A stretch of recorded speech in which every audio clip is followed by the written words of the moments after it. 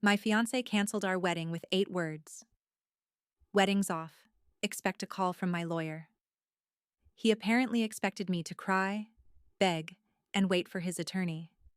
Instead, I opened my laptop and withdrew from the $785,000 mortgage. He'd expected my credit to carry. 48 hours later, his lawyer was calling me. His father showed up at my door. And then my sister sent me a photograph of Andrew with another woman that made me realize something much worse. He hadn't suddenly decided to leave me. He'd been preparing for it. My name is Rhonda Galloway. I'm 31, and I'm a mechanical engineer at an aerospace company in Seattle. When I met Andrew Chambers 3 years earlier, he seemed like the kind of man who genuinely liked me exactly as I was. He asked about my engineering projects, encouraged me before presentations, and made me feel like my career mattered to him. Then encouragement slowly became correction. He started criticizing how I dressed, the Honda I drove, and the friends I spent time with.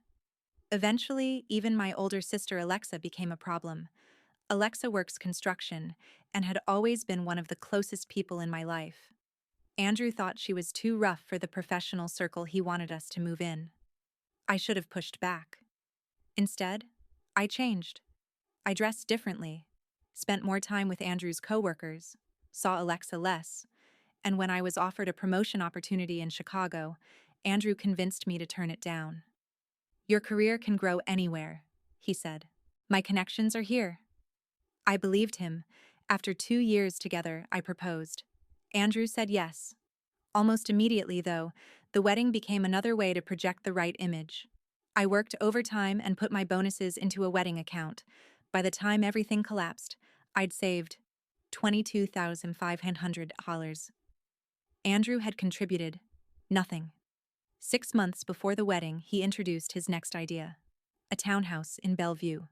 A $785,000 townhouse, in the neighborhood where several executives he knew lived. The first time we toured it, Andrew walked through the rooms like we already owned them. "This is it," he said. I stared at the price. "This is financially insane." "You're thinking like an engineer." "I am an engineer." He smiled. "Exactly. Because my credit was stronger, I became the primary borrower on the preliminary mortgage application. That was when my anxiety really started. I ran the numbers. Even with both incomes, the mortgage left almost no room for savings or emergencies, especially with the wedding 4 months away. I showed Andrew. "We need to reconsider Bellevue." He barely glanced at the numbers. "Rhonda, do you want us to be successful?" "This isn't about success. It's arithmetic. This neighborhood is about opportunity, connections, people who can elevate us. We can't pay a mortgage with connections." Then he mentioned something he'd never told me before. Apparently, he was in line for a major promotion, one that could nearly double his compensation. "We just need to hold things together until then," he said. The timing should have bothered me. Instead, it gave me exactly enough hope to ignore the knot in my stomach. A few weeks later, I was standing in line at QFC after work when my phone buzzed. "Andrew." I expected something about the wedding. Instead, "Wedding's off. Expect a call from my lawyer." I read it twice, then a third time. The cashier had to tell me it was my turn. I drove home without music and sat in my parking space for 15 minutes. No screaming, no crying, just this strange hollow pressure behind my ribs. Eventually, I replied, "As you wish." Andrew hated old movies, so I'm almost certain he missed the reference. But I understood his message perfectly. Don't call. Don't ask questions. My lawyer will deal with you. 3 years reduced to a transaction. I went upstairs and stared at his message again. Then something clicked. The mortgage. Nothing had closed. The townhouse wasn't ours. The application was still pending. I opened my laptop, logged into the mortgage portal, found the withdrawal option. My cursor hovered for a few seconds. Then I clicked. Confirmation. 1 more click. Application withdrawn. 3 clicks. That was all it took to remove myself from Andrew's dream house. Maybe someone would call that vindictive. I called it refusing to sign 30 years of debt with a man who had just ended our engagement by text message. I took a few days away from work and started packing Andrew's belongings. It didn't take long. After 3 years together, he had surprisingly little in my apartment. That realization hurt in a way I hadn't expected. Then I called Alexa. I hadn't spoken to her properly in almost a month. Andrew ended the engagement. I waited for the "I told you so" I probably deserved. Instead, she said, "I'm bringing pizza." That was all. Less than 48 hours after Andrew's text, my phone rang. Unknown number. I ignored it. A voicemail appeared minutes later. "Hello, Ms. Galloway. This is Rebecca Goldstein, attorney for Mr. Andrew Chambers. We urgently request a call regarding your withdrawal from the mortgage application. Your action may create significant contractual and financial complications." I listened twice, then almost laughed. Interesting.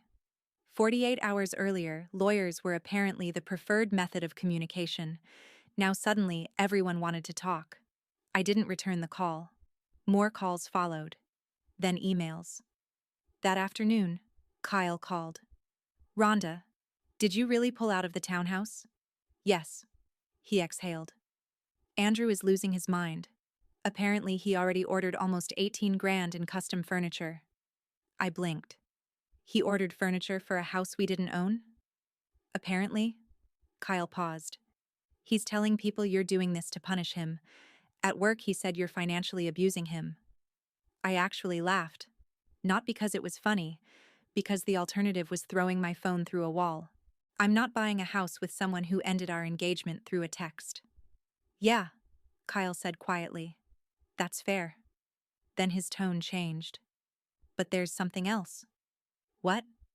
"He's telling different people, different reasons for the breakup. Some people heard it was mutual. Others are getting this vague story about problems he can't discuss." My stomach tightened. "What kind of problems?" "He hasn't said." That was almost worse. That evening, Andrew's father appeared at my door. Mr. Chambers usually carried himself like the most confident person in every room. That night, he looked exhausted. He skipped hello completely. "What happened with the house?" "Andrew ended our engagement." "I know that." "Then you know why I'm not buying property with him." His eyes dropped toward the floor. "He isn't explaining anything properly. One minute the wedding's canceled, the next he's screaming about furniture invoices, credit checks, and being humiliated in front of everyone at Apex." I folded my arms. He made his decision. I'm respecting it. Mr. Chambers stared at me for a long moment. Then, barely above a whisper, he said something strange. "I told him not to do this." Before I could ask what he meant, he turned and left.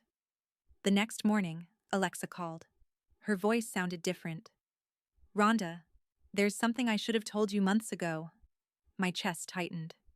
"What?" "You remember that renovation job I had at Cascade Heights? The luxury apartments downtown?" "Yeah." Silence. Then, "I saw Andrew there." I waited. "With a woman." My hand tightened around the phone. "When?" "2 months ago." She continued quickly. "I didn't know if it was business. I didn't want to blow up your engagement over something innocent, but they didn't look like coworkers." "What do you mean?" Alexa didn't answer immediately. Instead, my phone buzzed. A photograph. Andrew stood outside Cascade Heights in a charcoal suit. Beside him was a tall blonde woman in an ivory coat. Her arm was looped through his. His hand rested against her lower back. I recognized her. Andrew had mentioned her dozens of times. Rachel Mitchell. Investment banker. Important client. Difficult account. Nothing to worry about. I stared at that picture until the screen dimmed. Then one thought settled into my mind with terrifying clarity. Andrew hadn't suddenly decided not to marry me. He had been preparing to leave. I didn't confront Andrew about the photograph. A week earlier, I would have called immediately and demanded an explanation. But after the breakup text, the lawyer, and the mortgage panic, I wanted facts before giving him another chance to lie. So I checked. Our shared cloud account still synced some of Andrew's photos. In the recently deleted folder, I found selfies taken inside an apartment I'd never seen before. Floor-to-ceiling windows, expensive furniture, a view of the Space Needle. The dates overlapped with the weeks before our breakup, and with Alexa seeing him at Cascade Heights. Suddenly, the late dinners, canceled plans, and phone he'd started hiding made more sense. I looked at Alexa's photograph again. While I was worrying about whether we could afford the future Andrew demanded, he may already have been preparing another one. I spent one night angry. The next morning, I called Trevor. He'd been one of my closest friends in college and now ran an engineering team in Denver. Almost a year earlier, he'd offered me a position there. Andrew had convinced me not to take it. "Hey, stranger," Trevor said. "You finally remembered I exist? Is that job still open?" Silence. Then, something happened. "Is it open?" He didn't push. "Yeah. 125 plus relocation. When can you start?" For the first time since Andrew's text, I smiled. "How does next month sound?" Suddenly, I had somewhere to go that Andrew hadn't chosen for me. Then my bank called. Not an automated fraud alert, an actual fraud prevention specialist. Someone had attempted to transfer the entire $22,500 wedding fund. At 11:37 the previous night. The destination was a checking account belonging solely to Andrew Chambers. The bank had blocked it. I froze the account immediately. Before I'd even finished processing that, an email arrived from Rebecca Goldstein, Andrew's attorney. She claimed Andrew had contributed to the wedding fund and therefore believed he was entitled to a significant portion. I opened my records. Every deposit. Mine. Andrew had contributed exactly $0. That afternoon, I hired Sherry Levan, a family law attorney in Seattle. After reviewing the bank records, attempted transfer, mortgage correspondence, and Rebecca's email, she told me to stop communicating with Andrew directly. She would handle everything. That night, Andrew called 8 times. Then the text started. "I can't believe you hired a lawyer. We need to talk about this like adults. Did you freeze the account?" Then, "I need that money for cancellation fees." I stared at that sentence. Not our money. I need that money. I forwarded the messages to Sherry and blocked him. The next morning, Kyle called. Andrew had apparently arrived at work furious. "He's telling everyone you're trying to bankrupt him," Kyle said. "Of course he is. He says you're withholding his money. And, Rhonda, there's more." I waited. "He's saying you were controlling, financially abusive, that you monitored his spending and isolated him from people." That frightened me more than his anger. Andrew had criticized my friends. He'd pushed Alexa out. He'd pressured me over my clothes, career, and where we lived. Now he was taking pieces of our relationship and reversing the names. "Kyle, you've known me for years." "I know." "Do you believe him?" "No. But his coworkers don't know you." Exactly. Andrew understood image better than anyone I'd ever met, and image was now the only thing he could still control. Sherry had me preserve the messages and gather statements from people who had watched our relationship change. Alexa documented what she'd seen at Cascade Heights. Not long after that, Andrew's lawyer changed direction. Andrew would abandon any claim to the Lauant 500 if I agreed to help resolve the townhouse situation. Sherry's response was simple. There would be no negotiation over a property we'd never purchased, and no negotiation over money Andrew hadn't contributed. For the first time, it felt like his leverage was disappearing. Then, while I was packing for Denver, I received an unexpected message from one of Andrew's former coworkers. She suggested this wasn't the first time he'd blurred romance, money, and career advancement. I couldn't verify everything she claimed, so I didn't treat it as fact. But it was enough to make me wonder whether what Andrew had done to me was really new. Before I could think much more about it, my phone buzzed again. Facebook. The name on the screen made me stop breathing for a second. Rachel Mitchell. The woman from Alexa's photograph. The woman Andrew had called a client. Her message contained one sentence. "We should talk. I don't want to be part of whatever game he's playing." I stared at it for almost a minute before replying. "Talk about what?" The typing indicator appeared immediately. "Andrew, and the lies he's been telling both of us." We agreed to meet at a coffee shop downtown the following morning. I arrived early. Rachel walked in exactly on time, tall, blonde, immaculately dressed. The woman I'd spent the last several days imagining as the person Andrew had chosen over me. But when she saw me, she didn't look triumphant. She looked nervous. She sat across from me without ordering anything. For several seconds, neither of us spoke. Then Rachel asked the one question that changed the entire shape of what I thought had happened. "When exactly did you and Andrew break up?" "Last week." Her face went blank. "No." "Yes." She shook her head slowly. "Rhonda, Andrew told me you two broke up months ago." I felt my pulse in my throat. "We were engaged until last week." Rachel stared at me. Our wedding was 4 months away. The color drained from her face. "He told me the engagement had been over for months. He said you couldn't accept it." I said nothing. "He said the townhouse was some leftover financial arrangement because your families were already involved." "That isn't true." Rachel looked down at her hands. Then she whispered, "I've been seeing him for almost 3 months." 3 months. House hunting, mortgage applications, wedding vendors, his mysterious promotion. All of it. While Andrew was coming home to me and planning our marriage, he had apparently been telling another woman that I was already his ex.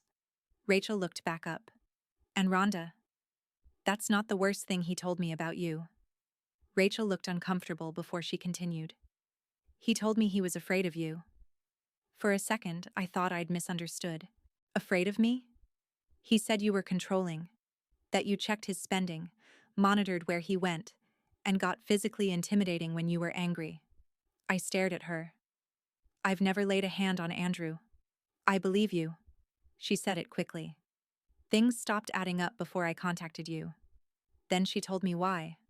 A week earlier, Andrew had asked Rachel for $15,000 for what he called an investment opportunity. When she hesitated, he'd become defensive. Then, after I withdrew from the mortgage and froze the wedding account, he'd called her in a panic.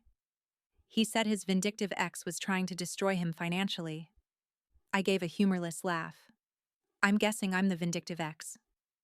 Rachel didn't laugh. Instead, she pulled out her phone. For nearly 2 hours, we compared timelines. When Andrew told me he had a client dinner, he'd sometimes been with Rachel. When he told Rachel he couldn't see her because I was harassing him, he'd been with me discussing wedding vendors. He'd told her our engagement ended months earlier. He'd told me she was nothing more than a demanding client, and while pushing me toward a townhouse I could barely afford, he'd apparently been testing whether Rachel would finance opportunities for him too. The part that hurt wasn't that Andrew had chosen someone else. It was realizing there had been no clean choice at all. He'd kept both versions of his life running until one became more useful than the other. Rachel rubbed her forehead. "I feel like an idiot." "So do I." She looked at me. "He was good at making the lie fit whatever you already wanted to believe." That was probably the most accurate description of Andrew I'd heard. Before we left, Rachel mentioned one other strange thing. Andrew had recently hinted that an ex-girlfriend might be pregnant, only to back away from the story when Rachel asked basic questions. Neither of us knew whether there had ever been any truth to it. By then, I didn't care. It was simply one more example of how impossible it had become to tell where Andrew's real life ended and whatever story he needed began. Rachel looked across the table at me. "For what it's worth, I'm done with him too." I nodded. She wasn't my enemy. She'd been lied to differently. That distinction mattered. I sent Sherry a written summary of our conversation, especially Andrew's false claims that I'd been physically intimidating. Her response was immediate. "Document everything. Do not contact him." I didn't. The consequences started arriving without my help. Kyle told me Andrew abruptly took personal leave from work after receiving a call during a meeting. Nobody seemed to know exactly what had happened, and I didn't ask. Then, the next morning, Rebecca Goldstein called. Andrew's lawyer. All communication needs to go through Sherry, I said. I understand. I'm calling because I am no longer representing Andrew. That stopped me. What? I resigned this morning after discovering that information provided to me regarding the financial dispute was materially inaccurate. Her wording was careful. The meaning wasn't. Andrew had lied to his own lawyer. I cannot represent a client using my office to advance claims I no longer believe are supported by the facts. She continued. Your attorney will receive formal notice. Then she ended the call. That afternoon, an email arrived from Andrew. The subject line contained one word. Please. He said he'd made terrible mistakes, that he'd started therapy, that he knew Rachel and I had spoken. He begged me not to pursue lawsuits because his parents were devastated and his career was in jeopardy. Then came the sentence that would have destroyed me a month earlier. I never wanted to hurt you. Maybe part of him believed that. It didn't change what he'd done. I forwarded the email to Sherry. I didn't respond. A week later, Andrew's father asked to meet me at a small park near my apartment before I left Seattle. I almost refused. Then I remembered what he'd said at my door. I told him not to do this. So I went. Mr. Chambers looked older than he had 2 weeks earlier. Rhonda, I owe you an apology. You didn't end the engagement. No, but I knew more than I told you. He explained that Andrew had spent years chasing status and validation. Whenever he felt insecure, he had a habit of reinventing himself around people who made him feel more successful. His family had seen versions of it before. They'd tried to convince him to get help. He'd always insisted everyone else was the problem. I knew he was having doubts about the wedding, Mr. Chambers said. I told him if he wanted out, he needed to sit down with you and be honest. So that's what you meant. He nodded. I told him not to do it the way he did. There was no attempt to excuse him. That mattered. He's getting professional help now, Mr. Chambers said. Whether it changes him is his responsibility. Then he handed me an envelope. Inside was a cashier's check connected to the disputed wedding money and costs, along with a handwritten note. One line. I'm sorry for the pain I caused. You deserved better. There was a time when I would have desperately needed those words. Now they belong to a version of me who no longer existed. Before we parted, Mr. Chambers gave me a tired smile. I heard about Denver. Next week. Good. He hesitated. Build something that's actually yours this time. That stayed with me. A month later, I was in Denver. New job, smaller apartment, no designer furniture, no networking dinners chosen because someone important might be there. Alexa came out the first weekend and helped me unpack. She found my box of science fiction novels and laughed. You brought all of these? Every one. Andrew hated these. I know. She smiled. Good. My new job was harder than I expected, which turned out to be exactly what I needed. Trevor gave me real responsibility instead of telling me how much more impressive I could become.